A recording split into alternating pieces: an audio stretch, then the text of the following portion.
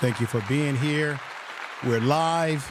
I'm excited about doing this broadcast today because I have a lot of good things to go over with you today. We know that CU is going to play Utah.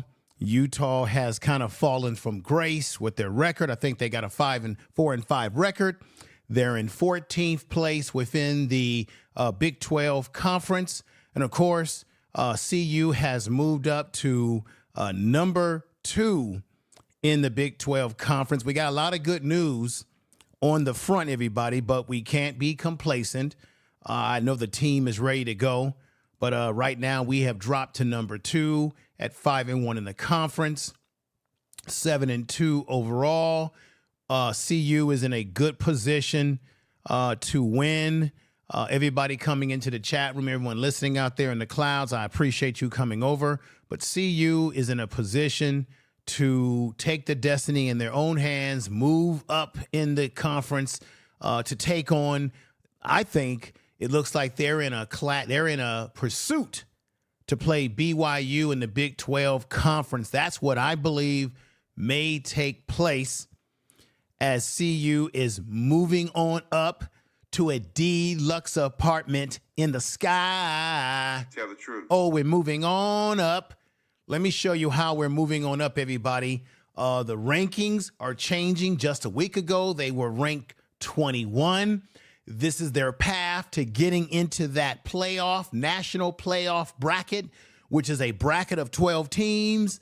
Well, let's look at where they are before I get into all the other gritty details as it relates to this football team taking on Utah this Saturday. It's going to be an early game. Coach Prime says he likes it. It's an early game.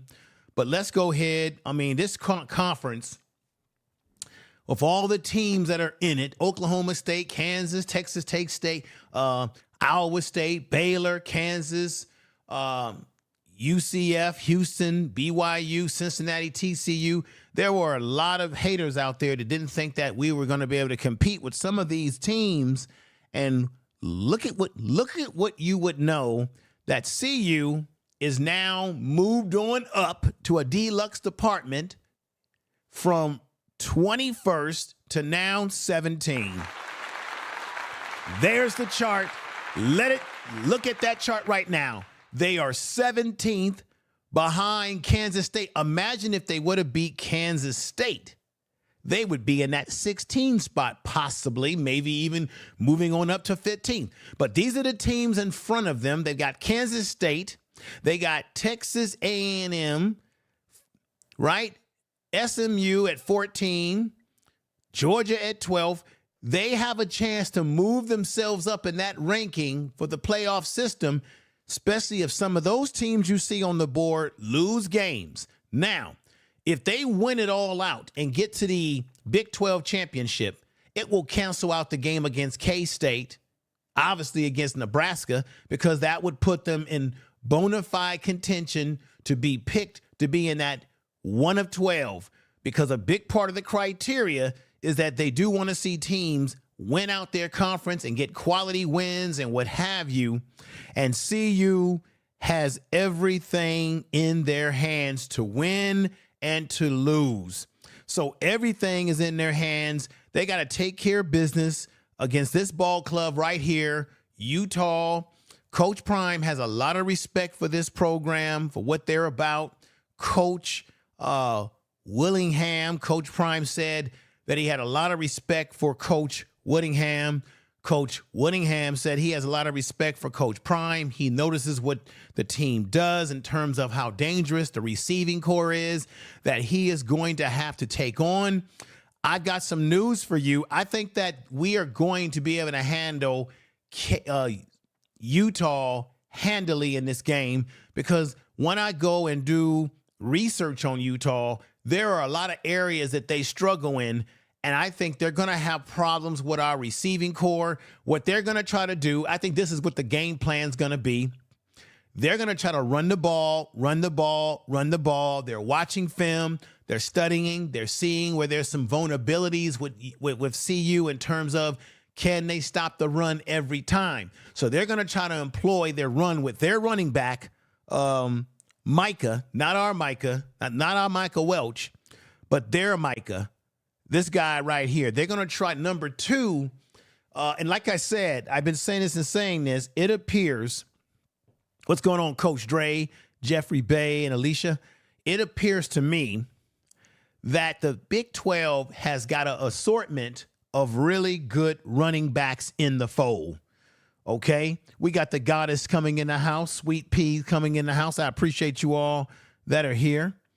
Thank you for supporting the channel, being who you are, and so coming over, supporting this channel. But this is a man that they're going to try to run at us and run at us and run at us and run the ball at us over and over and over again. We got to be ready. I think whatever the problems were in the game that they previously just had a week ago, whatever the problems that were there in the running game, little glaring issues, they've got to clean those things up and get ready to seal it all off, okay? Because this Utah team, as Coach Prime has said, even though they got a 4-5 record, they don't have a great record this season. They are nothing to play with. They are nothing to joke with. They can come out of the blocks and do damage because they do have some guys at the skill position. They do have a receiver in Singer who is dynamic, can make plays, can get down deep, very athletic young man. This is a guy, once again, as I've been saying, they've got to do work on this guy. Shut him down. Do what you've been doing throughout the season, and that is keeping a lot of these wide receivers from getting off on you. Texas Tech had a little bit of success with their main receiver. Their running back got most of his big yards, maybe, in the first half, but in the second half, our defense came alive and kind of neutralized some things. But this is their guy right here who likes to get off to a good start. Let's give you some numbers on what they just did a week ago in comparison to our players and what have you. I'm getting right into this, folks. No doubt in mind, this is the matchup between Colorado and Utah. And Utah has beaten Colorado over, every time they've met. Just give you some stats here. Every time Utah has played CU, prior to Coach Prime getting there, they have beaten CU, I think about 6 times in the consecutive times that they have played against CU. Well, this is a different story, different team, different approach. This time, CU is up on the high road, where Utah is now on the downslide because they have not been playing very well this year. And I'm going to show you why, or I'm going to tell you why they have not been playing well. And I'm telling you the strategy tonight as to why CU is going to beat them when I deploy to you what's wrong with Utah, even though they've got a legendary coach. And Kyle Whittingham, the coach, is not playing on the damn field. The coach gives instructions. The coach directs. He encourages. He motivates. But much as Coach Prime said, he's a legendary coach coming from the Pac-12, which is no more to the Big 12. It doesn't matter how legendary he is because they're struggling in their first year in the Big 12 while CU is coming alive. And the coach, as much as he's legendary, he's not playing on the field. Right, y'all? Tell the damn truth. Tell the truth. Information is power. Now, let me just put this up here real quick. This young man, the senior running back, Micah, led Utah in rushing attack with 78 yards on 17 carries average for 4.6 yards, okay? Just not too long ago. We're going to keep it real. This is what he did not too long ago. You see him right there. I got to keep it real. 78 yards on 17 carries, averaging 4.6 yards per attempt. They also employed their sophomore. We got to figure out which quarterback we're going against. Are we going to be going against this young man right here? This is their sophomore quarterback, I believe, Rose. Okay. He had 112 yards passing yards and 2 TDs to go along with 55 rushing yards in his second appearance of the season.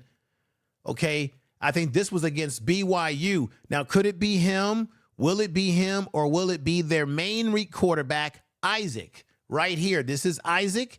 He's the man. Okay. Isaac, okay, for the year has 171.4 yards per game. Rosen is 52.3 yards per game. That's the young man who played just a week ago. They have had issues with their quarterbacks and situations. Could we be matching up against Cam Rising? That's their third quarterback. Cam Rising is averaging about 185.0 yards per game. Could we be seeing Cam Rising? Or are we going to see their young sophomore quarterback, Rose? Or are we going to have to deal with the man himself, Isaac Wilson, who is really their main quarterback that they would like to employ? So we're going to see how this whole thing goes, ladies and gentlemen. And I want to thank you for the super chat. Thank you. She's saying excellent presentation, informational content. I want to say thank you, good sister. I'm going to respond back to you if I can. And let me see. Thank you. And I'm going to respond back to that super chat that you just left me, because YouTube allows us to be able to respond directly back to the messaging. Thank you for the super chat. Thank you for the super chat. Thank you for the super chat. We're going to get into it. We got so much to get into right now, but I just wanted to let you know that we're looking at 3 quarterbacks as a possibility. Coach Prine spoke about the fact that Coach Kyle Whittingham is going through some woes. He's going through some quarterback woes, trying to figure out what's the right guy with the right formula for him to have success. That's their problem to worry about, not our problem to worry about, because at the end of the day, we need CU to win out all 3 games. There is no going back. It's about we here, we coming, okay? It's about they got to win this game and then prepare for the next game. And I had a little bit of problem with, what was it, a week ago when I didn't have my schedule, but I've got my schedule ready to go right here. You see it right there, the 2024 Colorado schedule. They've got Texas Tech. They have done away with them 41-21. They're putting up big numbers. The defense is coming alive, everybody. They've got now Utah. If they beat Utah, I think it's all in their hands. I think, as once again, both games can be tricky because both teams are flicko teams that sometimes come alive and play great football, and sometimes they play bad football. But I think with CU having a much improved defense, the front seven is doing their job. I don't see personally, everybody, Utah being able to beat them. Will they play with them for some quarters? Will they do their thing? I can see some of those things happening, but will they at the end of the day beat CU? No. CU at the end of the day, the receiving core, too dangerous. Kyle Whittingham, the coach of this football team, has already said that he recognized that they've got 3 to 4 receivers that are dangerous. He doesn't know what the hell he's going to do to stop this team at doing what they do best. Let me go right here and let you hear what he has to say right now. Check this out. Have one of the best players in college football, maybe the best. And Hunter kid, he's tremendous. Talking about Travis Hunter. Let's go back. Let's start this a little bit over. I think there was a little bit of problem in the video itself, but let's go back into it as he's talking about Travis Hunter. Quarterback's outstanding. They're playing really good football. 7-2, early loss to Nebraska, and then close loss to K-State. Otherwise, they're playing outstanding. Road trip, so we got to go to their place, and they're well coached. In addition, Coach Sanders is doing a great job, and his staff, and have made a lot of adjustments and improvements over last year. Much better at the line of scrimmage on both sides of the ball. So got our work cut out for us. So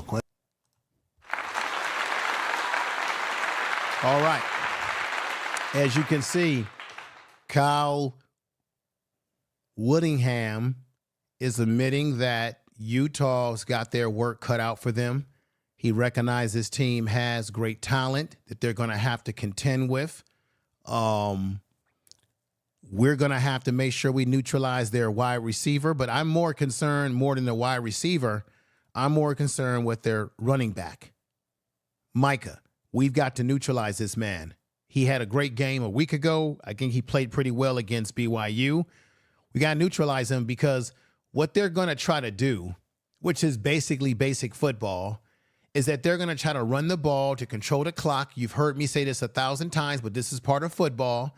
They're going to run the ball to control the clock, to keep CU, to keep those weapons off the field. We're talking about the Will Shepherds of the world.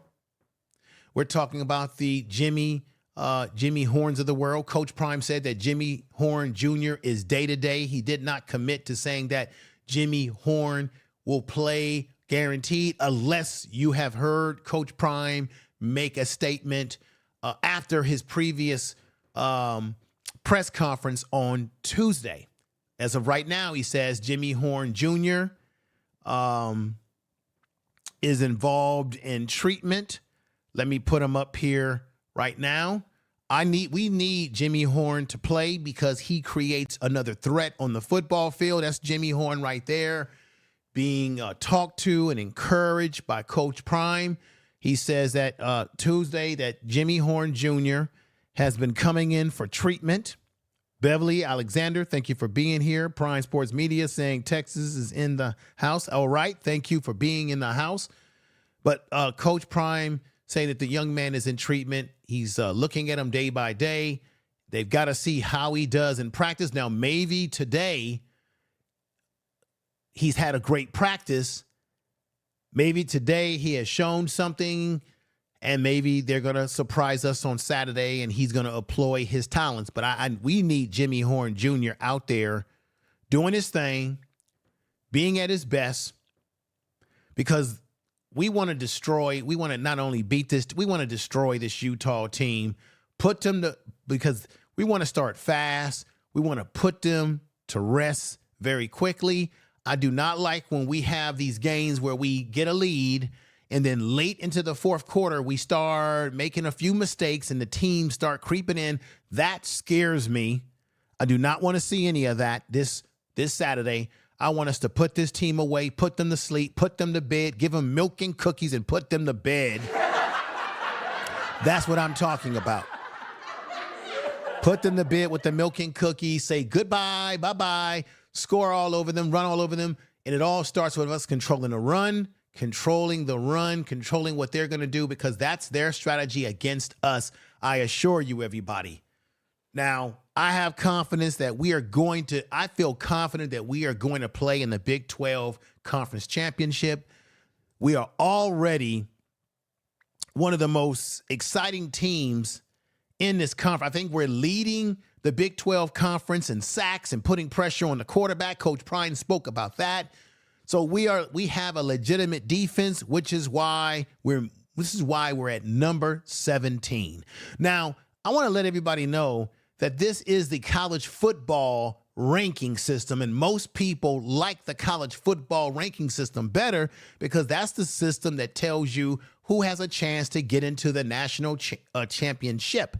So in the national championship tournament ranking, which I believe is more relevant, CU is number 17. But here's the goofy part about it. Let me show you this one. So in the ranking that makes the most sense to me and matters the most, they're ranked 17th. But when you look at the AP top 25 ranking, this is really goofy stuff. They've got CU, Colorado, ranked 18th, but they're ranked 17th in the CFP poll. It's just crazy. It makes you want to laugh to keep from crying. I don't know who comes up with this stuff. It's a head scratcher, but either way, we can play with this team. I'm telling you folks, let's look at some stats. Look, now, first of all, Let's look at some stats right now between the team. Isaac Wilson's overall stats, because he's their main quarterback, but he did not play for some reason a week ago, I believe against BYU. Isaac's numbers are 1,200 yards passing, 8 TDs, 8 interceptions. So you look at that, he's got 8 interceptions, would mean he can give up that damn football. Obviously, Deion Sanders is coming to us with great talent, great skills, great ability, can do it all. Let's look at his numbers right here. Deion Sanders has 2,800 yards, 2,882 yards, 24 touchdowns, and 6 interceptions for this young man. Give him a big clap. Now, when it comes to our running back, Isaiah Augustive, it looks like he's our man at running back. Dallin Hayden, I want to see him.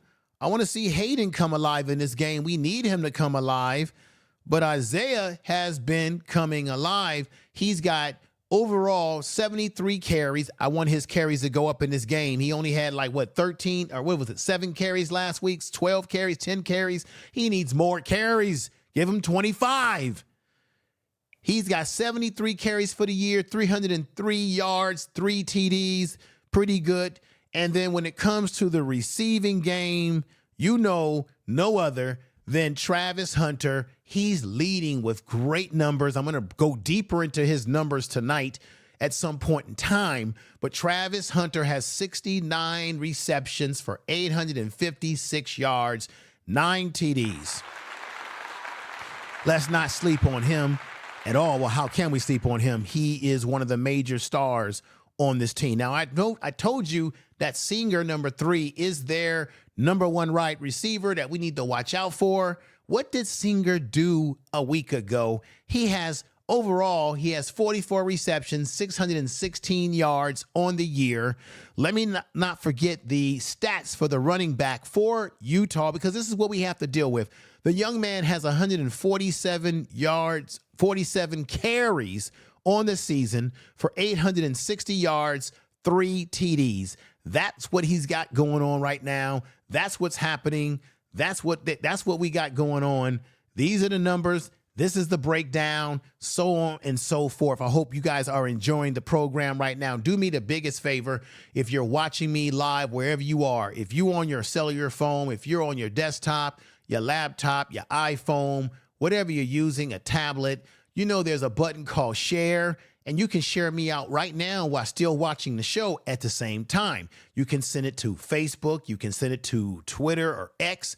And if you're a member of some sort of Colorado or Coach Prime, some type of fan page or support page, whether it be on Facebook or any other group you're a part of, drop this link right into those pages so that people can get the coverage of this show, subscribe to this channel, and be a part of what we've got going over here. I want to thank you with a clap because I really appreciate that. Appreciate you. Let's look at their schedule, their record in comparison. So when you look at Utah's last 5 games, they've had a lot of losses against teams that we were able to deal with. So for example, when we look at BYU, they're the hot team. They're one of the hot teams along with us in the Big 12 that has not lost any game so far. They beat Utah 22-21. So it was a very close game that they played just a week ago. Houston, they lost to Houston 17-14. They lost to TCU 13-7. They've been losing their games by a margin of 1 or 2 points, you guys. That's what I've been hearing. So this is why we got to start fast. Don't make this a close game. Don't give them any inspirational game for their confidence. Against Arizona State, they lost that game 27-19. Arizona, who we pretty much handled them pretty well, they lost to Arizona 23-10. Our only loss is to K-State 31-28 in a game that we clearly could have won. Outside of that, we beat Texas Tech 47-27. We beat Cincinnati 34-23. So we're putting up some good numbers. We beat Arizona 37-7, while they got beat by Arizona 23-10, right? We beat UCF 48-21. We put a bomb on them, baby, baby. We put a bomb on them, baby, baby. Tell the truth. So there it is. Clearly, and I'm not bragging here, clearly CU is probably the better team, in terms of the overall talent and the way we've been playing right now. So much that let's go back to the ESPN. Let's go to the ESPN analysis. I do this every week. I give you a complete program. We break down numbers. We give you stats. Oh, I've got a lot of good stuff for you on this show. This is going to be a great pregame show. Match up predictor. They got right now. This looks good. They got CU with a 74.9% chance of beating Utah. They've got Utah at only 25.1% according to the ESPN analysis. So it looks like a lot is in our favor. Let's clap that up.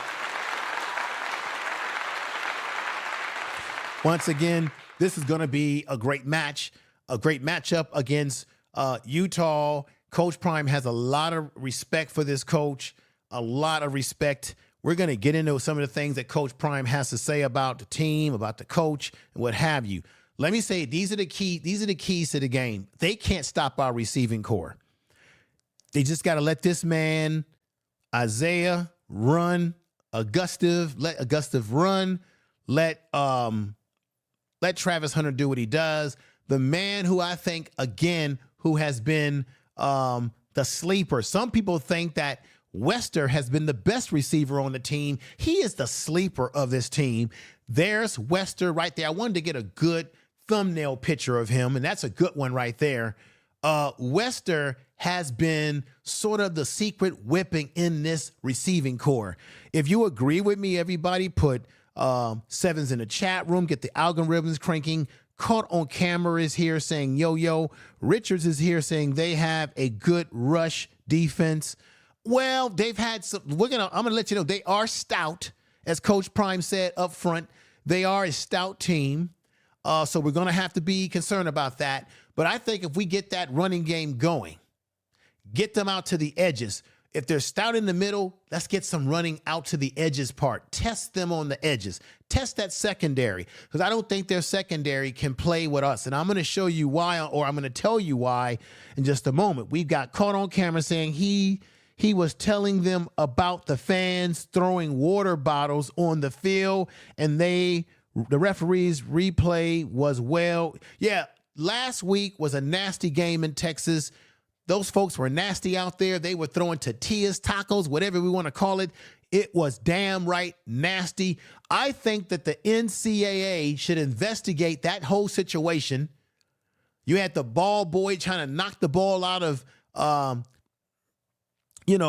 man's hand. The man himself, Shallow Sanders, which I didn't think was cool at all, the way that whole thing went down. And Bucky had to say, man, you done messed up right now, man. You done messed up right now. Now, he said some other words, but I'm not going to repeat those words. This is a family program here. But Hall, keep doing your thing. Salute. Thank you very much. We got Griffin Notary Service in the house saying run sweeps left and right. Exactly. That's what I mean, Brother Notary LLC. That's what I mean by if they're stout in the middle, then why try to go against their strength? Run to the edges. Run some sweeps. You know what I want to see them run some more? Run some more screen plays, some receiver screen plays. Run some bubble screens. Run some when you have an aggressive defense that's stout in the middle like Utah, you want to run plays that make them be too aggressive in their abilities. So run some bubble screens, receiver bubble screens, run some running back screens, right? Run some trick plays, some reverses, crossing routes, things of that nature, dig routes. Cause Utah to have to cover the whole damn football field. Tell the truth. Okay? Now, we got Goddess in the house who gave me a beautiful super chat. She's been rocking with us as well. And I want to thank you for rocking with this program today. Let me check something real quick, folks.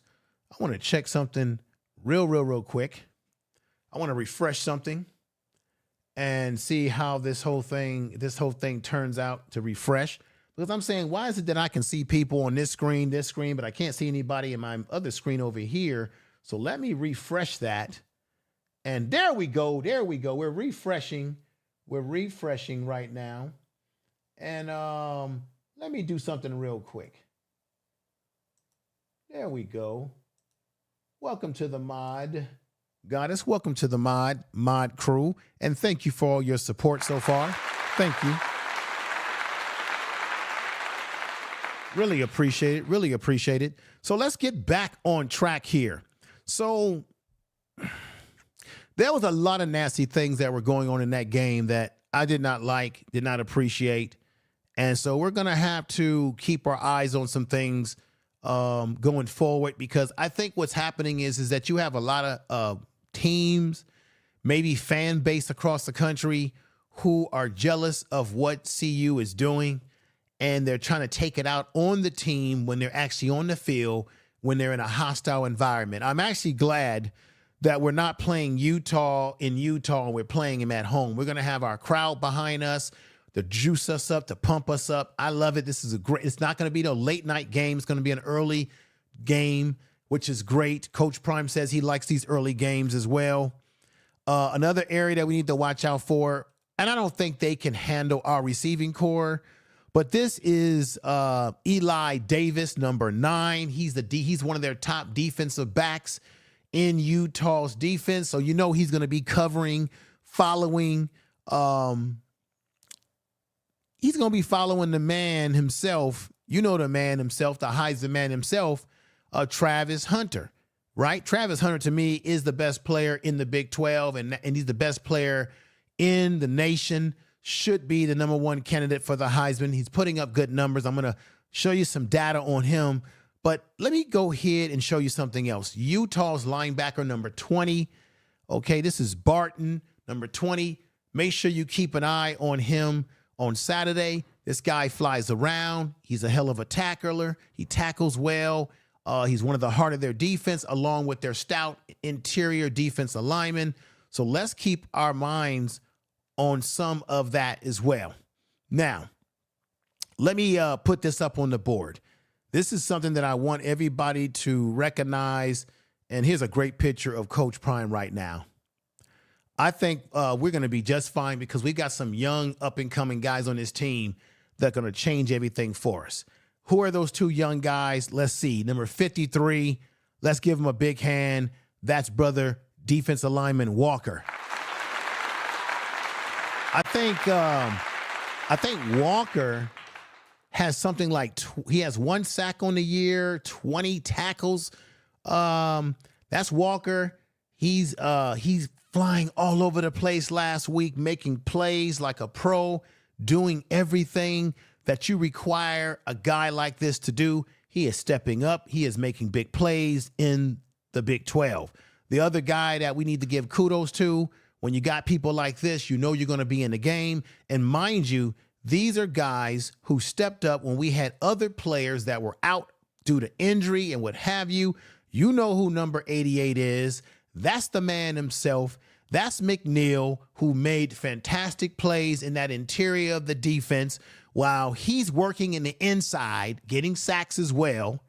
We've got the young player Walker working on the outside. So we've got a great combination of talent on this team. Coach Prime told you that he's got depth, and that if he can get 8 to 9 players, that he can make some magic happen.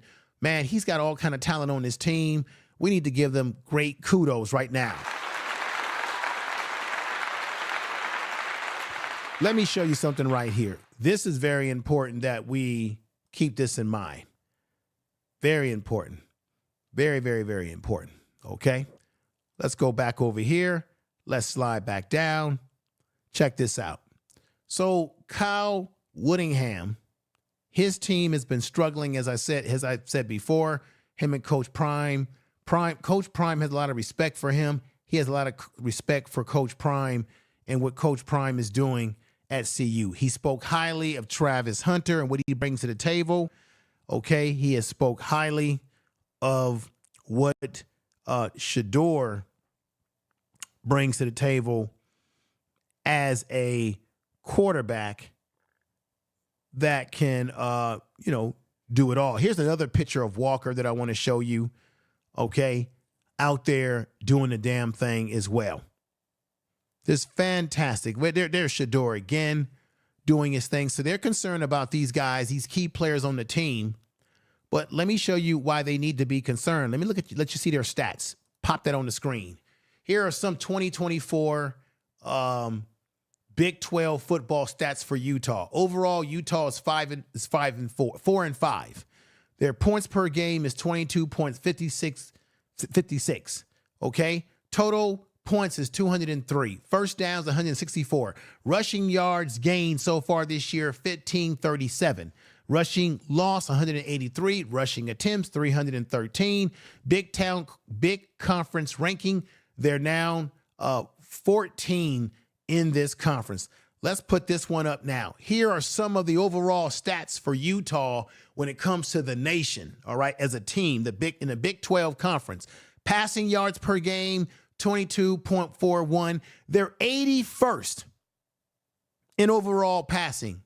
In rushing yards, they are rated 74th. So we don't have anything to be afraid of or be shaking in our boots. When it comes to sacks, they've got 16 sacks on the year, which is tying them for 84 sacks overall. Not very good overall as a football team. Their third down proficiency, Utah's third down proficiency, is not great. They're 121, y'all. Not good. And overall, they're not good in their third down percentage. That means that we need to get out there on Saturday and do 3 and out, 3 and out, 3 and out. And I mean 3 and out, okay? Yards per gain, they're like 36.2. They're not good. Overall record, as I said before, they're 4-5. Average points per game is 22.6. Let's go to the next stat to let you know what's going on with this football team. Here are some of the overall stats for 2024 Utah football team. Rushing yards, they're 141st in the country. So CU's defense is going up against the 141 defense in the country. Are you kidding me? Let's be honest about this, folks. Okay? Let's really be honest about this. Total yards per game, they are 152 in the overall country. I just read what they're overall in the Big 12. This is what they overall in the NCAA football. Not good, 152. Points for 203 makes them 109 in the country. Not good. So we're not going up against a juggler in this Utah team. They've got some efficiency problems. Okay? Points against. They're 61st in the country against points against. Turnovers generated by the defense. They've only got 9 turnovers, Utah, for the year, y'all. They're tied for 67th in the overall country. So you got the stats in the Big 12 overall and the stats for the whole country. Their stats do not look great at all. Now, this is the trouble. This is the scouting. This is the scouting of this team. And I appreciate everybody that's watching here. Here's the scouting, everybody. The Utah have had trouble this year producing offense, everybody.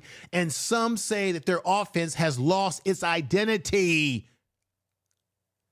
They have struggled to sustain drives, everybody. We're talking about Utah. We're talking about the struggles that this football team has been having this year. They've been losing games, of course, with their struggles by 1 or 2. They're having a hard time, everybody, this football team, converting third downs and gain first down. So they're struggling. They can't gain first downs consistently, and they're particularly struggling on third down. Now you know why I said we got to be 1 and out. We got to put them 3 and out, 3 and out, 3 and out, 3 and out. Interceptions here and there. Turn the ball over. Make this team turn the ball over.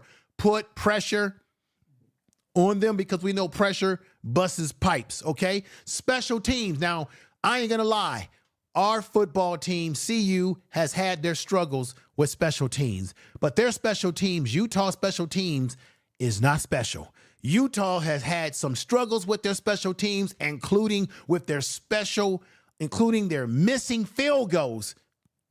Now, our problem with our team is that we want our punter, we want Mata to kick the ball a little bit higher, a little bit more accurate with getting those balls up a little bit higher so they don't get blocked. The problem with Utah is that they've been missing field goal kicks and their punts. Oh my God. They have been punting the ball in favorable field positions to the other opposition team. So do it to us. Give us great field position. Now, we have had struggles. We got to be honest. We have had struggles on this football team, with CU, with some of our punts getting a little bit too short down the field and giving teams good field position. But Utah is struggling with these situations, okay? Now, return game.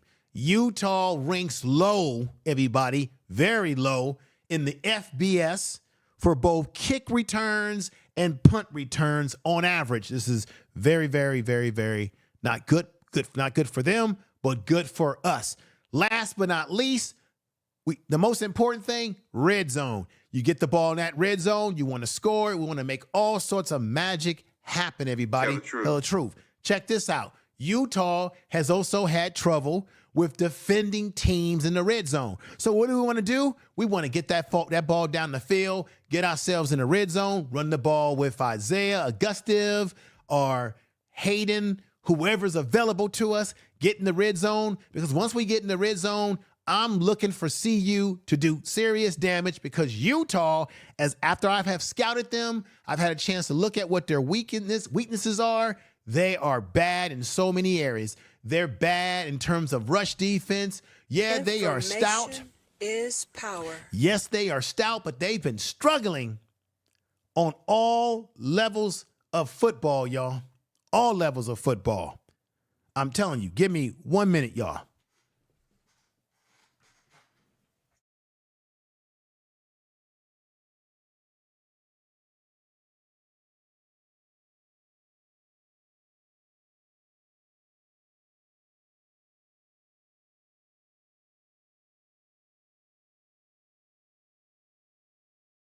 Back, everybody. I just wanted to break a few things down for you in terms of stats.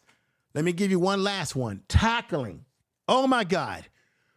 I want us to run the ball. I want us to do what we do, which is when our receivers catch the ball, make it difficult for the other team to tackle you. Because guess what? Utah, this is what they said at the beginning of the year for Utah, that Utah needed to improve their tackling.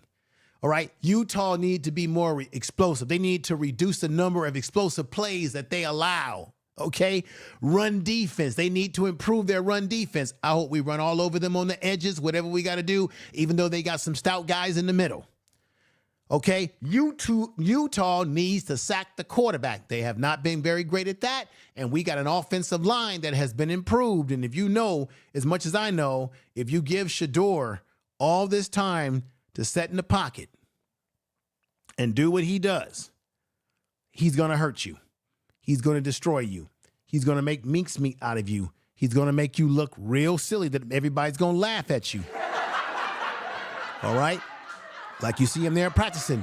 This man's going to make you look bad. So they don't do a great job of getting to the quarterback.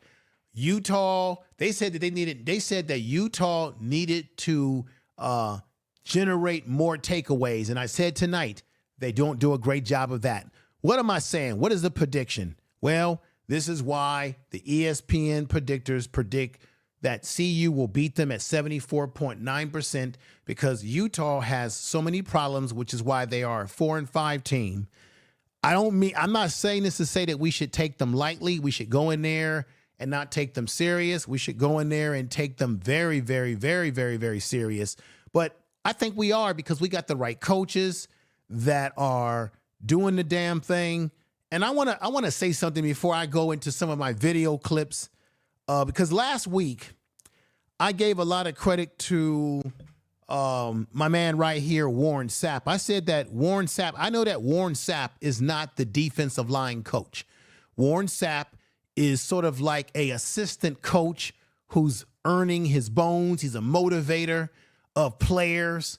And I said that I believe this is a Hall of Fame defensive tackle. I believe that he's telling these young men things that are helping their techniques, because he told us prior to coming to see you that the young players were picking his brain.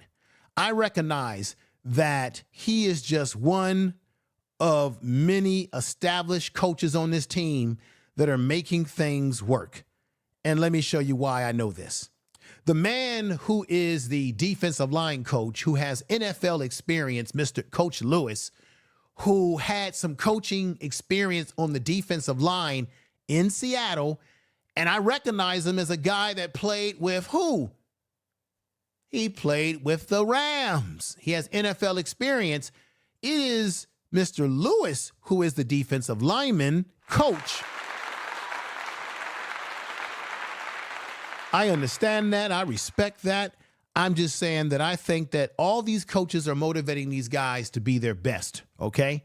And I think that Coach Sapp is having some influence on the way this defense is playing, along with the head coach with lots of experience. Let's break down his experience, because I want to let all the haters and all the people out there know that I know what this man's resume is and what he's about. This man has been promoted to defensive line coach this year, okay? Coach Lewis played in the NFL for 10 years, including for the St. Louis Rams, the Carolina Panthers, the Houston Texans. He was also an assistant athletic director for football player development at Florida International University. And he coached the defensive line, as I had told you all, for the Seattle Seahawks in the NFL from 2020 to 2023. Let's give him a clap. So you see, I understand who is the defensive line coach and how effective he is in his influence on this defensive line. And I also recognize that Coach Sapp has influence too. He's a Hall of Famer, and Coach Prime wouldn't have never put him on this roster if he didn't think he could be a great contributor to that defensive line, along with the head coach Lewis. Do you think Coach Prime would be that silly not to get the right fit? No. Sapp is a great fit for the team, a great motivator. Just for example, let's see, for example, this right here.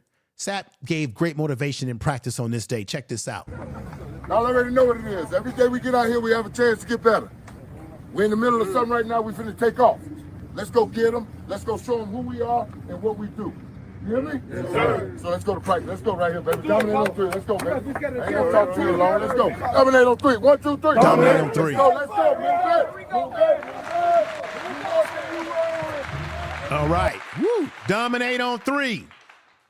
Dominate on three, baby. So I recognize what the coach is doing there. Let's go into the creative studio, and I want to share something with you. This is going to be a clip from one of their games, and it wasn't Coach Lewis or Sapp that was talking to them, but it was another coach who was motivating them and giving them some adjustments, encouragement against a team that they had to stop the run. He was telling them, this is what they're doing to you with their running game. You all have probably either seen this or not. Let me know by putting sevens. Let me know in the chat room if you've seen this or not. But let's go ahead and let you hear some of this right now. Check this out. Over the run game, okay? All right? We know what it's going to be in the second half. All right? So everybody mentally, we got to be ready to go in there and nut up the runs. All right? We talk about assignment. We talk about alignment, technique. All right? We know who we are. All right? We know who we are. You got screwed on a couple calls. You keep your head down in the second half, and all you got to do is work your ass off for 30 minutes. All right? And it's going to be a damn good feeling. Get in here, BJ. You hear me? All right? So look. All right, on the 11 runs right here, okay, the run is zone, you'll get a counter play, you get the insert. So he's talking about their running zone, you'll get a counter play. He's explained to them what they're doing with their running game and how the defensive line, the defense in general, has to step up. And here we go. All right, so I don't give a shit if back smack or we're calling any of the internals. All right, if we call Tampa All right, if we're calling 3J flag, all right, we know that it's three-man fits. All right, they run this play right here. We got a three-man box. As he inserts, we got to go blast this tight end now. I want his ass hit in the second half. You got me? Go hit his ass. All right, next one right here is the counter play. All right, so the counter play, what they're trying to do is this guy's in line. You understand? Talking about a counter play and what the opposition is trying to do. This is coaching at halftime. This is making adjustments at halftime. This is good stuff when you get this sort of insight into what's happening with the team. But if you notice in this video, you have a lot of the defensive linemen. You've got Walker, you got Shadozy, you got guys paying attention and keeping their head on. And to the far right over here, you've got DJ McKinney, number 8, the defensive back, who I think the world of the young man. I think the young man has all the right skills to do his thing. Here he is right here, right? There he is right there, McKinney. And here is the better other half of him, as you see right there, Preston Hodge. I think these two guys have been playing great football this year, and we need them to come out there on Saturday and neutralize this Utah team. Let's hear some more of this. They know that we set our three right there. So, Bentley, we were at Tampa one play, all right, and you came underneath and made the play in the backfield, all right? So, look, they're trying to bim right here to our linebacker, all right? You've got to go coke can the fuck out of that guy if he comes your way. You got to. Talking about they're trying to go after the linebackers on the team. He says you got to go effing you know what. 41. All right, now, we're into the 12 personnel runs. All right, they start off giving us 10 formations. All right, now they've gone condensed on some of these. All right, so it's a really good job, Cam. We talked about it all week. If we got an internal, just think we stay locked on that. Just to give you a little taste of that. Put sevens in the chat room if you're enjoying the broadcast so far. You know, I like to just give you guys a lot of different aspects of the game in terms of them preparing to play this team. Once again, I don't think there's nobody on this Utah team that can necessarily play with CU. Let's hear from Coach Prime now. He has some great things to say about Coach Whittingham. Let's go right here and hear what he's got to say. Check this out. First off, Coach Whittingham yesterday was talking about how this is the toughest year of his career. They're obviously not playing like they thought they would. But what do you see out of them that still makes them dangerous for you guys this week? It's simplistic for him. I mean, I think the reason he's saying that because he's had quarterback woes, and he's normally had consistency at that position. But they hadn't quit. They're still tough. They're still aggressive. They're still stout defensively. They can still do some things that force you into some looks. You cannot take this team lightly. I don't give a darn what their record is. As long as he's over there on that sideline, you better be prepared for a tough game. Thank God it's at home and it's early. I like it like that. That goes to my second question, because they've been known for their physicality. You guys are starting to show that as well. I think we've been physical throughout the year. Right. But you guys are just starting to notice that. Yeah. Yeah. So it wasn't there last year, but it is this year. We ain't talking about last year. Ain't nobody talking about last year but you. But what do you feel like has made the difference? What's really kind of got that physicality in this team? We've changed the roster. We flipped the darn roster, remember? Remember all the changes? Yeah, we flipped the roster. That's. Now, Coach Prime is 100% correct, and I think people need to get over it. He did what he had to do to flip the roster. Remember, people were criticizing Coach Prime for flipping the roster when he first got to CU. People were criticizing him for dipping into the transfer portal. But like he said, he has a formula. Why recruit a whole bunch of high school kids? Why go after 25 of them when you know only 10 of them, when you know that maybe you should only recruit 10 of the best of them with the idea that 1 or 2 of them can actually play, start, or contribute? Why have a whole bunch when you know you're going to get a lot of them that are going to end up transferring and leaving, right? So he knows that there's a fine balance between recruiting high school and transfer portal. And I'm telling you, the way they're playing this year, they continue this success, win these 3 games, put themselves in contention to get the Big 12 championship, put themselves in contention to possibly play for the national championship if things work themselves out that way, that's only going to help recruiting. And I've been saying this, they're going to have a lot of guys that are going to be wanting to come to see you. He already said to the reporters here, I can't tell you everything because there's a lot of things happening behind the scenes, but let's hear the rest of what Coach Prime is saying here. It has a lot to do with it. We've gotten the people that we wanted. I'm gonna play a video where Coach Prime goes deeper into what I had just said about the transfer portal. I just wanted to add that, but let's continue. Again, we got here in December a couple years ago, right? Right. That's kind of tough. Baxter was up against the wall. It was kind of tough. We flipped the darn roster, and I'm proud of them. I'm proud of these young men. I'm proud of the coaching staff. Flip that too. Proud. All right.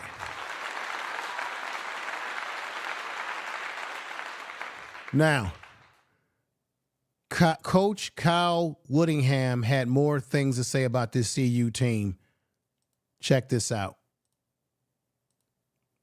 The Colorado offense looks like it's still pretty heavy on quick throws to the perimeter to really talented skill players, and not just one, several of them. Right. Is that really what it is, and what kind of pressure does that put on your defense?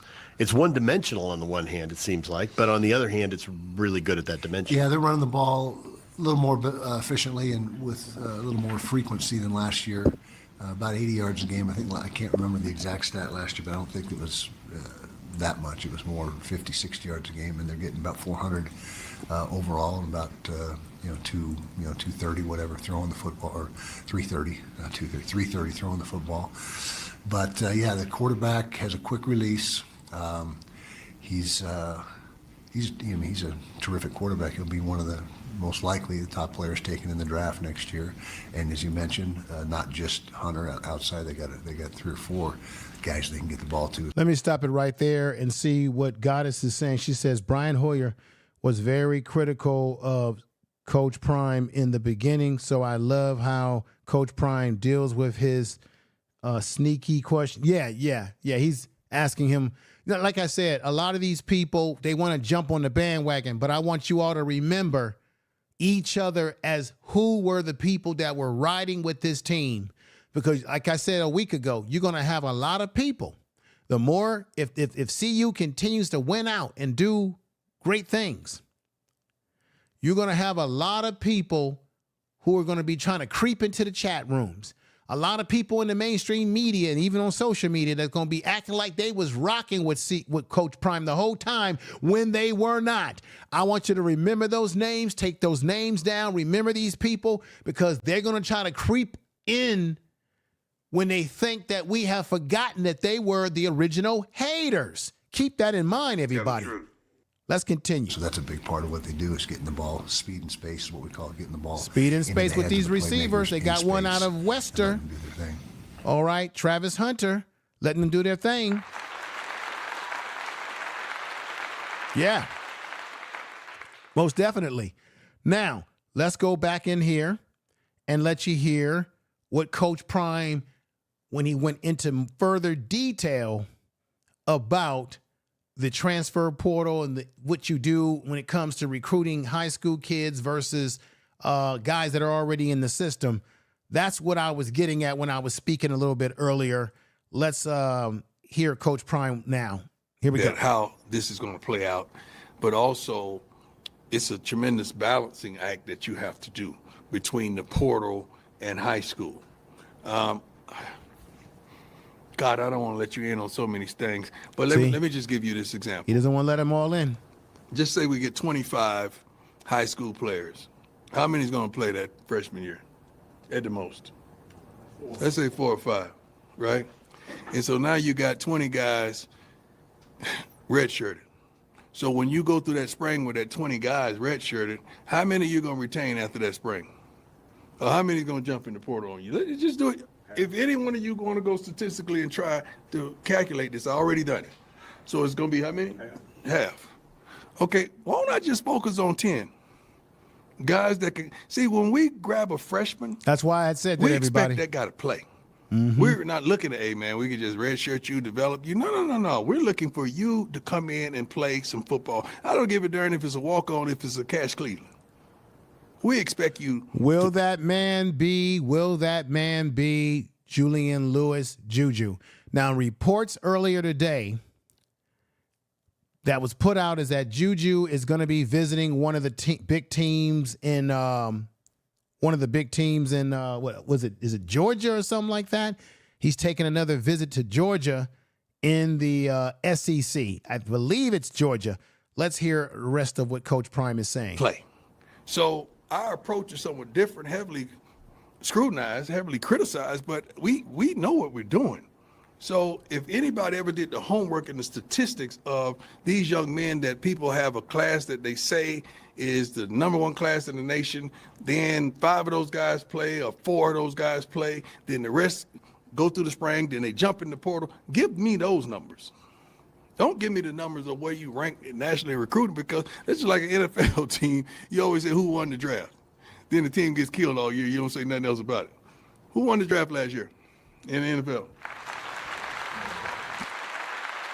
Now, when we talk about the effectiveness of what Coach Prime is doing this year, with the way the team is playing, it is rubbing off on what the recruits and the guys out there that may want to transfer here. For example, we've got someone coming in, an offensive lineman that's very special. That's going to be coming in, and let me go right over here and talk about this young man. Right here. Let's come in here and let's do what we got to do right here and make it do what it do.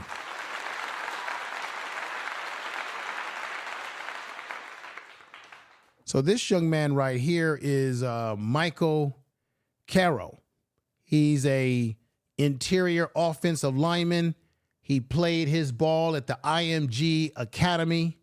He is he's taking a visit. He comes from the same cloth of a Jordan Seaton. He's taking a visit to CU this upcoming Saturday when they play against Utah. This can only be great for recruiting, everybody. It could only be great for recruiting. This young man is 24/7 Sports. Carroll. He's the #1 interior offensive lineman in the country, top prospect in Florida, and the #1 13 overall prospect in the class this year on the offensive line. He's listed as 6'6", 315 pounds. Michael Carroll, plays for IMG, as I told you, Academy, which produced the likes of Jordan Seaton, and we already know, how we feel about brother Jordan Seaton and what he's brought to the table as an offensive lineman on this team.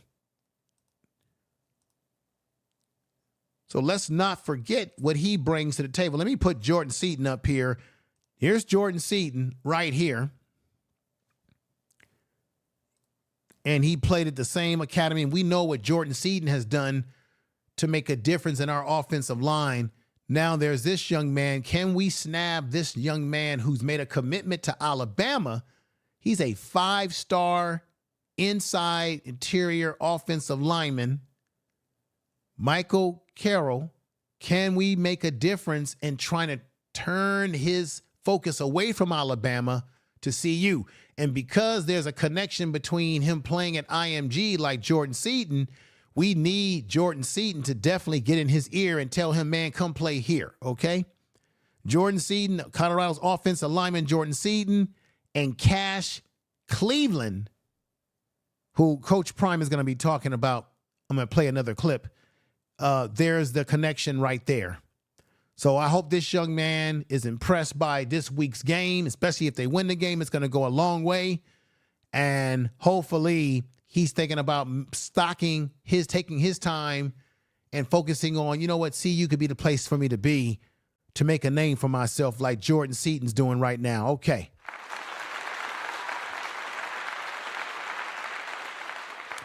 That's what's going on. Let's go back in here and back to the studio here, and let you see another video, a very important video. As you know, there has been some problems on the offensive line at the center spot with snaps not being snapped too well. Hank has been at the center of this issue. There he is right there. Remember, he came in as a freshman, I think, a year ago. A lot of the coaching staff had confidence on him, and there has been, over the last few games, some issues with snaps. And let me let you hear what Coach Prime had to say about this issue, and you be my guest to what your opinions are about it. Here we go. Nick, Coach, just to follow up to that, one of those young guys, Cash Cleveland, who I know you're excited about. Remember, Cash Cleveland came from the IMG Academy. I just mentioned that his name a few minutes ago, Cash Cleveland. Check this out. Advantage of his opportunity last week. His performance, was that something that kind of solidifies him as kind of the starting center, or is that going to continue to be a competition with him? It's going to always be an ongoing competition with everybody, not just Cash.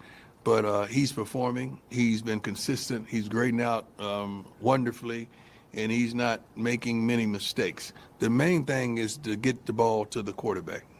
That's number one, and we got to do that consistently. We can't have hiccups in the midst of that. But Cash is doing a great job. We definitely Hank is Hank. I mean, Hank is still a great football player. We feel, but all right, it's a battle. We would like to have that. Now, it is a battle. It's competitive. We know that Hank has made a few mistakes over the last couple of weeks. There's been some issues with some snaps, and we can't have that because those snaps could be the difference in the winning the game and losing the game. And thank God the last few times that there were some problems with snaps, Shador was able to get his hands on the ball or something. We can't have that. And as a result, you're going to always have open competition. Cash Cleveland right now, as Coach Prime said, got his chance to play some center spot. We'll see, how Hank recovers from this situation. He's a young player. You don't want his confidence to be down, but he has opportunity to redeem himself. We'll have to see what happens. We got Richardson, who says Utah's down to their fourth string quarterback and still have not announced who's playing. Right. Let me go back in here, and I'm glad you said that, because I did say earlier in the podcast that we don't really know which quarterback we are going to actually be going up against in this game, y'all. There's some mystery to what's going on because they have had some turnaround with their quarterback situation. And let me say this again. Is their quarterback going to be Isaac Wilson, who was their starting quarterback? Is it going to be, what's this, Rose or Ross? Is it going to be this young man right here, number 9? Is it going to be Cam Rising, number 7? They got 3 quarterbacks. Which quarterback are we going up against? Because each quarterback presents a different style. Now, we know that I guess this is Rose. We know that this young man right here rushed a little bit last week. Let me put this up here. He can scramble, he can get out of the backfield, and he can do a few things here and there. Because when I put this on the screen, this is what it said. He had their second string quarterback, Brandon. Let me say his name, Brandon, number 9. He had 112 yards passing, 2 TDs last week, 55 yards rushing. So with him, you're probably getting a quarterback who's capable of scrambling a little bit. But who is it going to be? Is it going to be Brandon, number 9? Is it going to be Isaac Wilson, number 11? Is it going to be number 7, Cam Rising? Who are we going to see? We know that their running back, Micah, who is pretty damn good. We know we got to contend with him, okay? We know we got to contend with their receiver, okay? Mr. Singer, number 3, Mr. Singer is his name. We got to contend with these guys. So we have to see what's going to happen. You let me know what you think is going to happen in the comment section of this video. I appreciate everybody that's here. El Humbo Negro, somebody. El Humbo Negro, what do you have to say now? Where were you a week ago when we won a big game these last few weeks? Where have you been? We are ranked 17 in the country because we know we got some doubters amongst us. We're 17th in the country. We have everything in our hands. We can potentially beat out this Utah team that is not a good team. We could potentially beat Kansas, potentially definitely beat Oklahoma State that has done nothing this year in the Big 12. We are second ranked in the Big 12, in the driver's seat if we win out these games to play in the Big 12 championship, with a potential, based on how they look at us, to be in the national championship round of 1 through 12, depending on other teams that lose games, wins games, all those sort of things. And the defense has been improving, secondary playing good. So what do you have to say, El Negro? Because I know you have been very critical in your analysis when you come over here. Here is Carter Stoudemire. Do not sleep on this young man. Even though Shallow is back into the fix of being the starting strong safety, Coach Prime said he would make packages for Carter. But I think, remember, Carter was really playing really well even when Shallow got hurt. I still want to see him doing his thing out there against Utah this upcoming week. Y'all, how y'all liking the podcast tonight? Give me sevens in the chat room. How you liking it tonight? We're doing it. We're doing the damn thing over here tonight. Now, let me just say this. Coach Prime should be given credit for making the adjustments as a coach, for doing the things that he has to do as a head coach to get this team to where they are. Because usually coaches take the blame when their teams are losing, right? They take the blame when their quarterbacks are not playing well, right? They take the blame. Everybody blames them. Everybody hates Chris. You know the show. Okay? So he takes the blame. So why, when he's winning, why can't he take credit? Even though he has a coaching crew that I think is going to be ready for Utah, y'all. He has a coaching crew in Pat Shermer doing a great job with play calling so far, needs to continue to improve what he's doing with play calling, needs to do something very interesting this week, like run some screens, run some bubble screens, get the running backs out to the edge, get your offensive line out to the edge, because Utah does have a stout interior defense. But as I have told you about Utah today, they've got all kind of problems, y'all. They're not a highly ranked team at all within the Big 12 or within the NCAA football. Okay, now we got Robert Livingston, who's doing a hell of a job as a defensive coordinator, who I think his defensive coordinating in terms of the adjustments that he makes at halftime, because that's what they do in the NFL, right?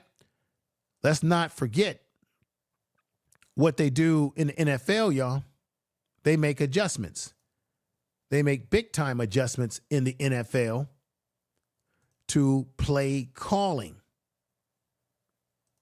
And I'm sure you guys know this. When you look at that NFL logo, this young man, Robert Livingston, is doing the damn thing with employing NFL tactics so far as a defensive coordinator. And let's not forget, as I said before, Coach Lewis, the defensive line coach, who has NFL experience as he coached from 2020 to 23, the Seattle defensive line. And he also has NFL experience with Carolina Panthers, the Houston Texans, St. Louis Rams.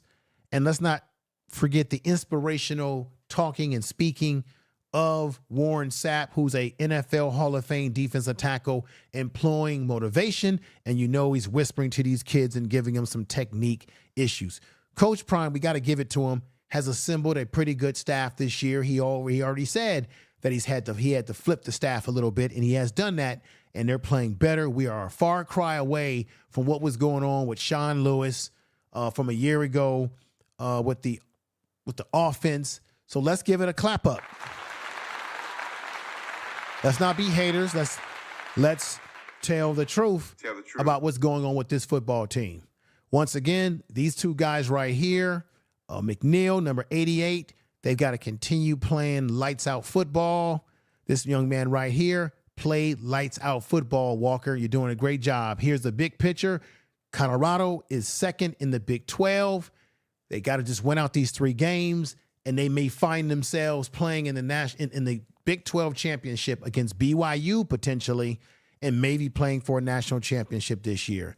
This is why I have to say, and you look at this very special picture, this is why Travis Hunter is fantastic when you look at his overall numbers. And this is why someone like Coach Whittingham has to be very concerned about what's going to happen on Saturday if you don't stop this man right here, Travis Hunter, from doing what he does both on defense and offense. Alonzo J, thank you for coming in. Everybody, Debo, thank you for coming in. Alicia, thank you for putting those 7s.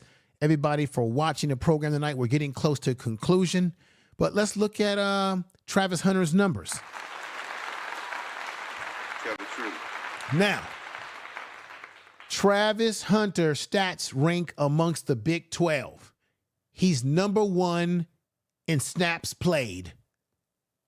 1,044 snaps played because he plays on both sides of the ball. His 3rd in the Big 12 in receptions. He's 4th in reception yards with 856. He's 1st in receptions for a touchdown with 9 in the Big 12. He's tied at number 11th in the Big 12 with 2 interceptions, although we want him to get more interceptions, y'all. His all-purpose yards this year, Travis Hunter has 894 all-purpose yards, y'all.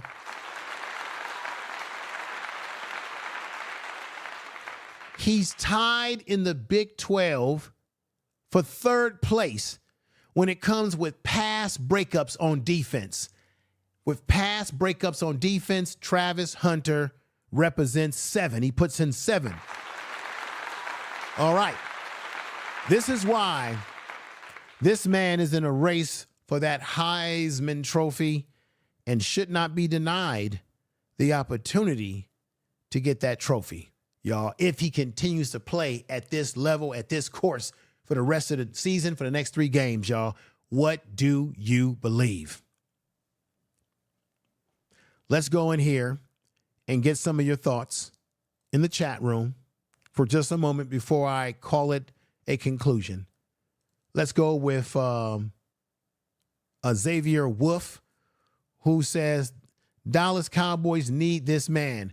Did you all hear Stephen A. Smith live on ESPN say that he believes that the Dallas Cowboys should tank the rest of their games this year?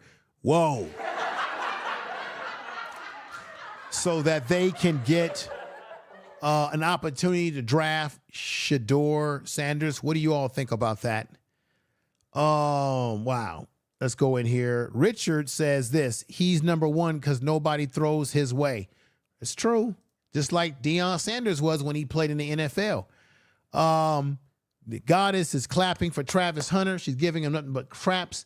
We got Jet Black in the house who says, don't forget those picks would be higher if quarterbacks weren't afraid to throw his way. That's true. That is a fact. I'll give you a clap for that. That is uno, nuno, muno, the truth.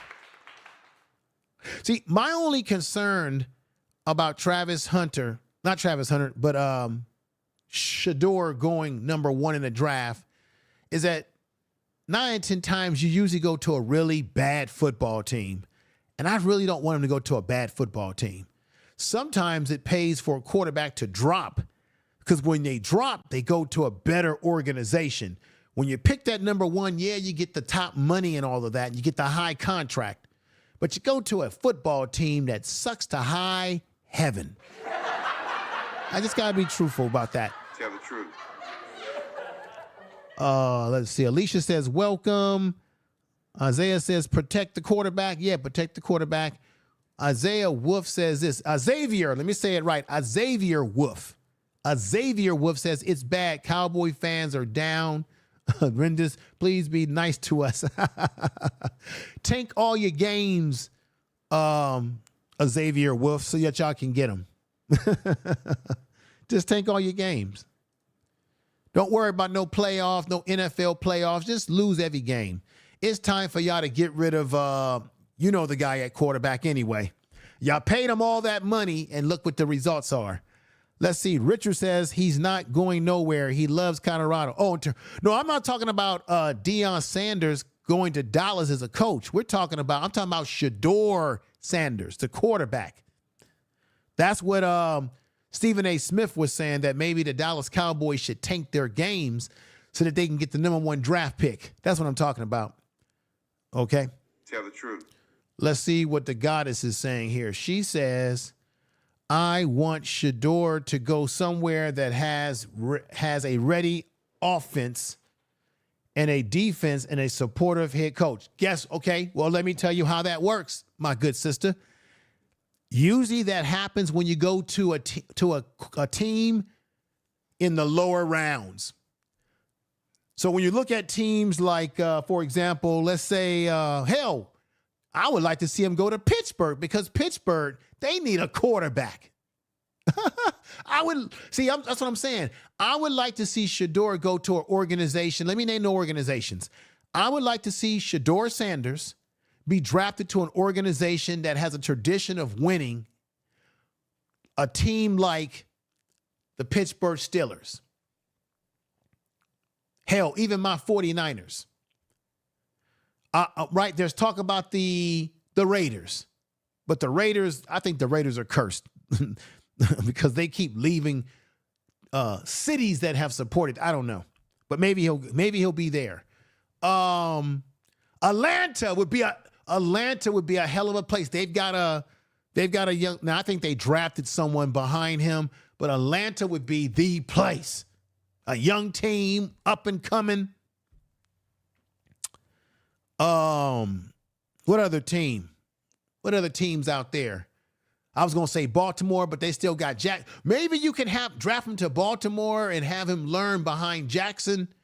See, that's what I'm saying. If he goes to a team in the later rounds, or dropped further in the first round, he'll go to a better team, better organization, better coaching, better offensive line, where he can learn behind a veteran quarterback that can prepare him for the future. But if Shedeur goes to one of these lousy football teams, the Cleveland Browns, the Arizona Cardinals, oh my God, even the damn Raiders, they're terrible. One of these really bad. Now, the reason why I have no problem with him going to the Raiders, to Dallas, because the Dallas Cowboys still are our premier organization when it comes to going after talent and trying to make themselves be relevant, even though they haven't been relevant because they keep losing in the playoffs. So that's my soapbox about Shedeur in that situation. Let me see what you guys have to say here. Keep Shedeur in black and gold. Black and gold. So keep him. So you want him to go to the Pittsburgh Steelers. I think Pittsburgh would be a great place because you got a black head coach. You got a team that has a tradition of having a black quarterback. Even before Bradshaw played as a starting quarterback in the Super Bowl for the Steelers, the Steelers had a black quarterback. He couldn't keep his nose clean. He had drug problems. And they said that he was better than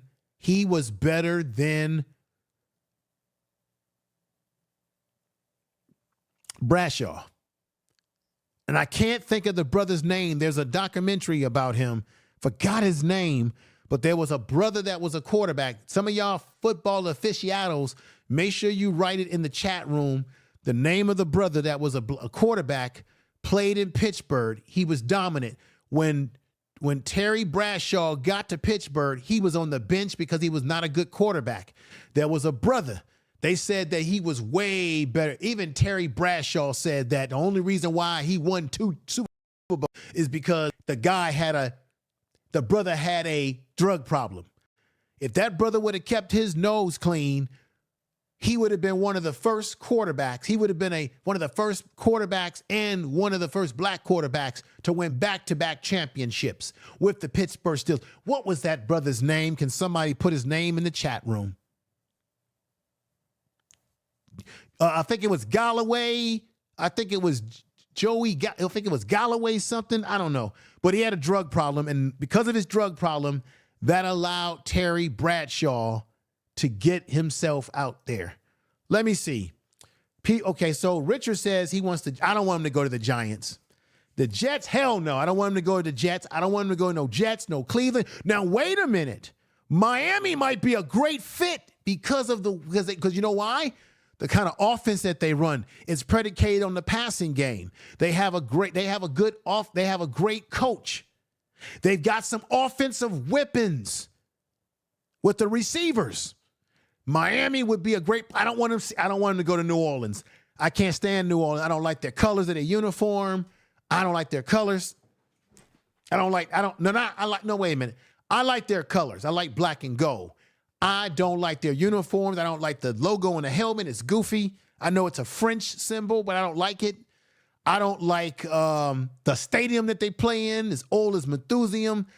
I don't like the organization. They're not a good organization. I don't want to see them go there. No. I don't want Shador, no parts of no damn Miami. I'd rather see him be in New England, but then that would be tough because he'll be playing behind the legacy of Tom Brady. But I would rather see him go to New England before I like to see him go to New Orleans. New Orleans, they just inconsistent. They're not a good football organization. Don't have a great tradition of winning. Miami, yes, warm climate. Warm climate. He's not playing in cold weather. Maybe it rains a little bit down there, hurricanes and all of that, but he's going to have some talent around him. The Jets, hell no. Hell no. I don't want him nowhere in no New York market. I don't want him with the Jets. I don't want him with the Jets or the Giants. No. They don't have good management. The Jets definitely don't have good ownership and good front office. No. I want him with the tradition. I'd rather see him go to the traditional teams, the Pittsburgh Steelers of the world. Maybe even, hell, forget about it. Yeah, the Raiders. He'll be playing in a dome and warm climate in Las Vegas, and all they got to do is build a damn team around him, get a damn running game, get that running game going around him. That's my guess. Joey Galloway, thank you. Thank you. Joe Gillum, not Galloway, Joe Gillum. Thank you, Dimbo. Thank you, brother. I want everybody, when you leave this video tonight, I want you to Google Joe Gilliam. He was originally supposed to win those Super Bowls, those back-to-back Super Bowls that Pittsburgh won. I think Pittsburgh won, 4 of them? That was supposed to be a black man's. Joey Gilliam, if he would have kept his nose clean, it would have been a black quarterback that would have been the first to win 4 Super Bowls.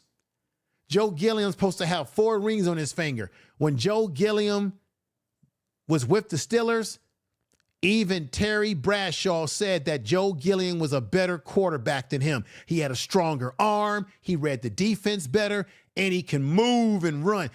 Terry Bradshaw never could move like a Joe Gilliam.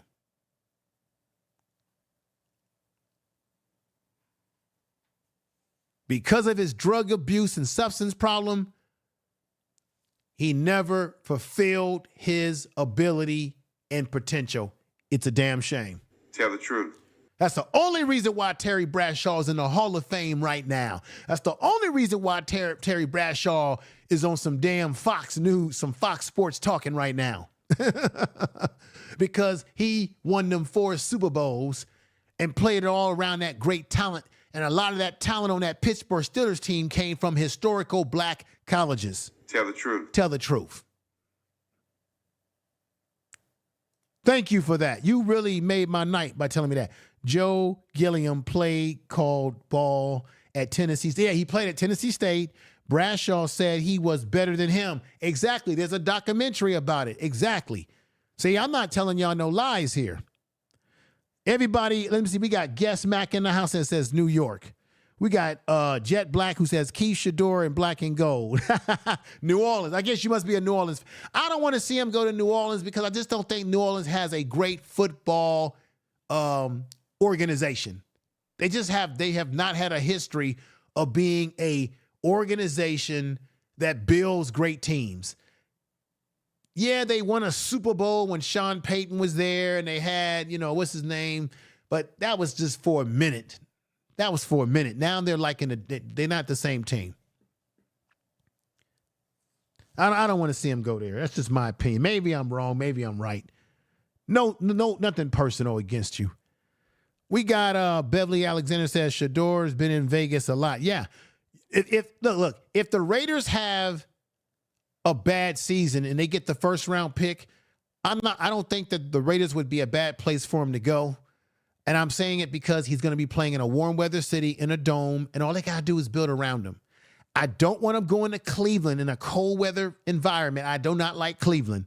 And they always get first round picks. I hate Cleveland. It's a terrible, historically, they are a great football franchise because they had Jim Brown and all that kind of stuff, and they won championships back when it was just the NFL or whatever not before it was the NFL, it was the NFC or whatever you called it, or the AFC. I think it was the AFC. Yeah, it was the AFC lead or whatever, right? But since those days of their glory years when they were great, the dog pound and everything, they have not been a great organization with dealing with quarterbacks. I don't want Shador no part of that mess. I want one of these teams that has a good organization and they're just kind of losing games because players, and then they get that first round pick. We'll see how it happens. Here, let me see. MJ Jumperman, let me see. MJ Jumpman Stock says Tennessee. Tennessee, oh no, I don't want him to go to Tennessee. Tennessee, which used to be the Houston Oilers, they're not a great organization. Maybe I'm wrong. Maybe I'm just too biased. I just don't see. They're not a great organization that has done well. See, I look at how well have they done with quarterbacks in the past. Tennessee hasn't done anything with quarterbacks well since Steve McNair. And the way they did Steve McNair, the way they pushed him out for the other dude that played at Texas who ended up being a bust, I didn't like the way they did Steve McNair. So I don't know. There's too much bad blood there. Literally. Here in Miami is perfect because we're past first. Right. I had talked about that extreme, that I think Miami would be a perfect place for him because they got good coaching. They got a coach who is an offensive-minded coach. See, I want him to go to a team that's not a defensive-minded head coach. I want him to go to the teams that have offensive-minded coaches.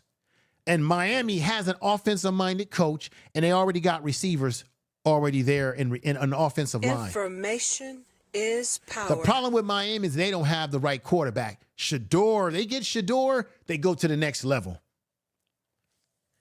I'm not crazy about their uniforms. I don't think the uniforms are that nice, that cool looking.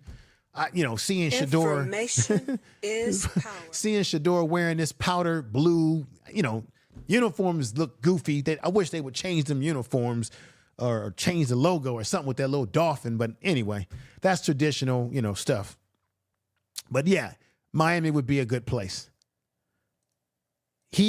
False flag says, you do know that Vince Young was Steve McNair's godson, don't you? I didn't know that. But this is the thing. Look, false flag. I didn't know that was his godson. I don't even remember them talking about that on TV. I don't know how I missed that. But I don't like, this is the thing, Steve Fisher, who I do not like to this day. I don't like the way Steve Fisher, and y'all can't hate on me for this. I don't like the way Steve Fisher to this very day, because I watched that whole documentary about how Steve, McNair got deleted by that woman, how that woman took his life. But I never liked the way Steve Fisher in the Tennessee organization handled Steve McNair. All that Steve McNair had did to put that franchise on the map when they went to Tennessee and they had no fan base, because remember, they came from Houston. They were the Houston Oilers. And Steve McNair took hits. He took injuries. He got out there. He played. He was gutty. He took them to a Super Bowl, even though they didn't win. And the thanks he got, they showed him the door when they brought his, as you said, godson in. And then eventually, Steve Fisher went sour on Vince Young and showed Vince Young the door. I never liked Steve Fisher in the Tennessee. Never. Never. Tell the truth. Seattle got them cool uniforms, yeah. What about Shador? Oh, my God. That would be great. Now, it rains a lot up there, but no. Seattle would be great. They're offensive-minded and they're defensive-minded. I think Seattle would be a great place. The uniforms look good. The swag of the uniforms. The stadium is nice. They always have some good running backs. They always like to throw the football. They're playing in the NFC with the 49ers and the Rams. I would love to see that.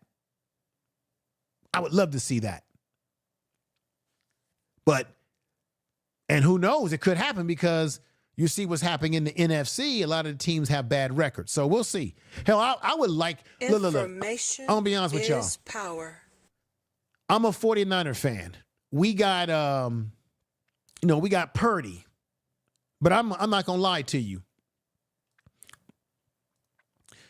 If we end up losing our games and getting a bad record, all-out bad record, and we get the first pick in the draft, or the second pick, whatever pick, and Shador is on the board, and I know Purdy has played good for us. We went to a Super Bowl with him. He's won a NFC championship, but I don't care. In comparison to Shador versus Purdy, Shador has superior skills, a stronger arm, more ability. I don't know. I would like my Niners to take him. I know that would be a controversial pick because they'll say, well, what about Purdy? Trade Purdy. Trade him, package him away, and get Shador. That's just my wishful thinking. Tell the truth. All right, everybody, I'm going to have to end the program. Vegas is the spot for him. Yeah, Vegas could be the spot for him, and I would like that. Let him play in a nice, beautiful, brand new stadium in Las Vegas. I don't want him. I mean, I know somebody said New Orleans, but come on, I don't want Shador playing in that old ass stadium in New Orleans. They need a brand new facility in New Orleans, man. That Superdome is old as Methuselah. He need to be playing in new facilities, okay? We're just having fun here, everybody. We just having fun here. Oh yeah, Minnesota. Yes, that has been talked about. But Minnesota's playing good football right now. So if Minnesota had a losing record, Minnesota would be a great place for them to play as well. One, they play in a dome, so you don't have to be affected by the weather. The uniforms are cool. The stadium is off the hook with the horn blowing. They're an offensive type team that like to run the ball and pass the ball. That would be, and they got a good defense. That would be a great place for, man. You put Shador is power. You put Shador on that type of football team as the quarterback, he would, man.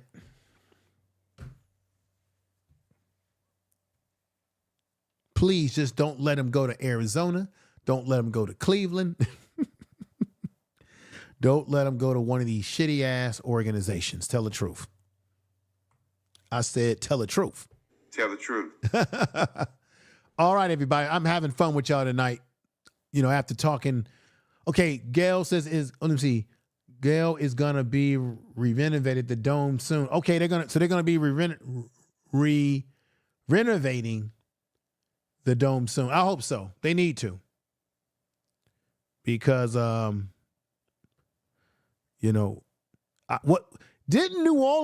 New Orleans thinking about moving one year? Am I right? Wasn't there a time when New Orleans Saints were thinking about leaving New Orleans because they wanted a new stadium or something? What was it about this? This man is still playing good football. You can't deny Craig. He's playing damn good football. And but everybody, there they are. They're ranked 17. We'll see what happens after Sunday. Their matchup is against Utah. And right here, they have to play. They'll be at Kansas, and then they'll be at home against Oklahoma State to end the regular season. The prediction I have is that they'll win out all 3 games. They'll find themselves in the Big 12 championship against BYU. They will beat BYU in the Big 12 championship in a close game. And then they will somehow find themselves playing in that 12-man seeded position for the national championship. This is what I predict. We'll see how it all happens. Okay, everybody? Peace and respect to you. Tell the truth. I want to thank everybody that's listening in the chat room, everybody that's been rocking with us tonight. But do me the biggest favor before you go tonight. I want to say to you all, thank you for watching. Thank you for being a part of this broadcast tonight. I had a lot of fun near the end talking about Shedeur and where he could possibly go. You know I'm going to do another video like that when Shedeur, thank you once again. Subscribe to the channel, like the video, subscribe, the whole 9 yards. Share this video on all your social media. Share this video in all your social media because I really appreciate that. Now, when it comes to the NFL draft, and Shedeur and Travis get drafted, I'm going to do a special draft show. I'm going to go live, and I'm going to be live to talk about the teams that they went to and what the pros and cons of them being on that team. So I can't wait until draft night to be able to do a live show to see exactly where they're going to go, everybody. You guys have been great tonight. I really appreciate you.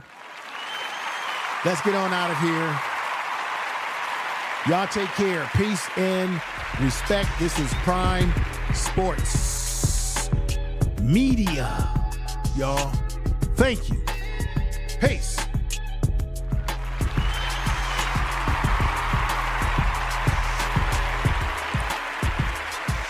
Thank you.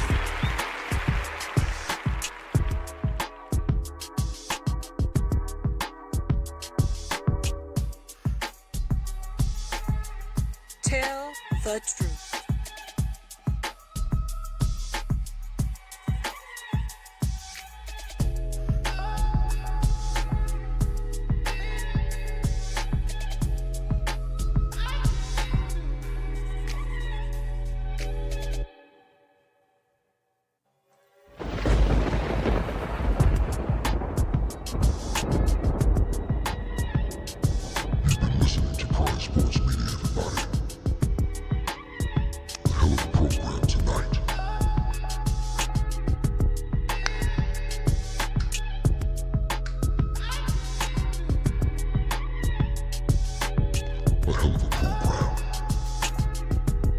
Audience on YouTube. It's right here on Prime Sports Media. Yeah.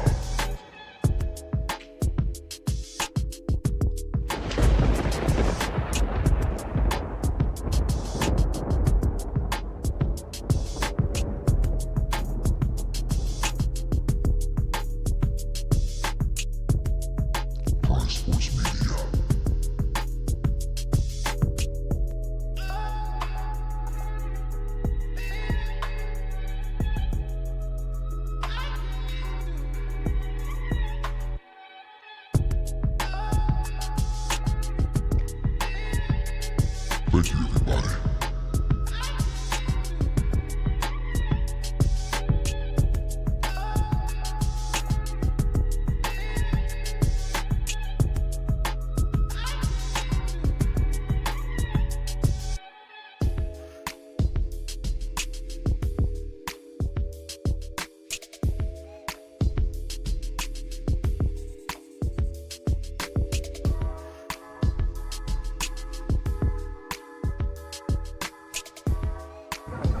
Y'all already know what it is. Every day we get out here, we have a chance to get better. We're in the middle of something right now, we finna take off.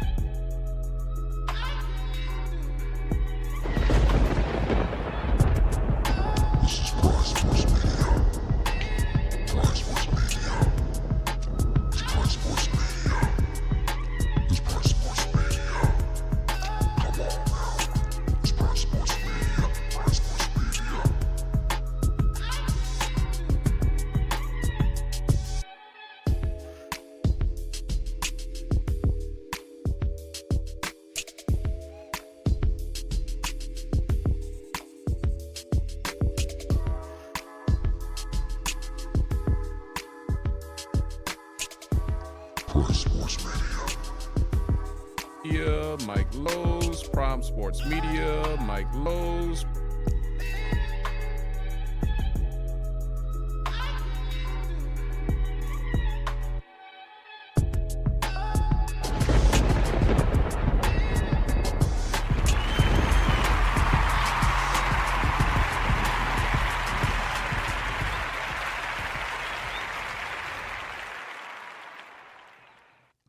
Sports Media, baby.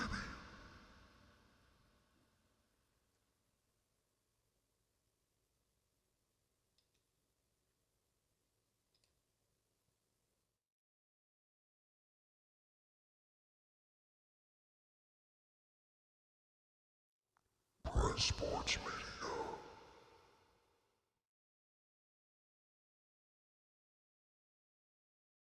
Tell the truth.